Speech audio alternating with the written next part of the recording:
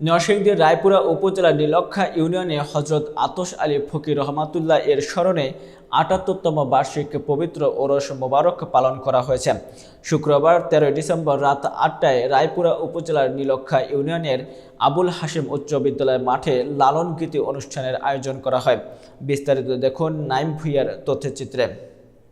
Nilakkha union এর সকল ব্যবসায়ী ও সর্বস্তরের জনগণকে সার্বিক সহযোগিতার প্রেক্ষিতে ২ দিন ব্যাপী হজরত দয়াল আতস আলী ফকির রহমাতুল্লাহ এর স্মরণে ৭৮তম বার্ষিক পবিত্র ওরস মোবারক পালন হয়।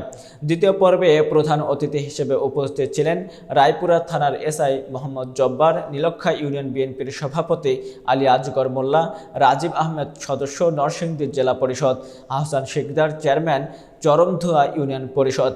আরও বক্তব্য রাখেন নীলক্ষা আবুল হাশেম উচ্চ বিদ্যালয়ের পরিচালনা পরিষদ মোহাম্মদ আনোয়ার হোসেন সরকার, রেজাউল করিম শিবু সাধারণ সম্পাদক, নীলক্ষা ইউনিয়ন যুবদল সহ খলিল প্রধান বিশিষ্ট সমাজসেবক, GM কাইয়ুম বিশিষ্ট সমাজসেবক, মোবারক হোসেন মোবা বিশিষ্ট সমাজসেবক। এছাড়াও হাজারো নারী ও পুরুষের ঢল নামে এই পবিত্র ওরস মোবারকের অনুষ্ঠান উপলক্ষে। আপনারা এই সেবা পাবেন, আপনাদেরকে ধন্যবাদ। মোহাম্মদ আহসান শিকদার।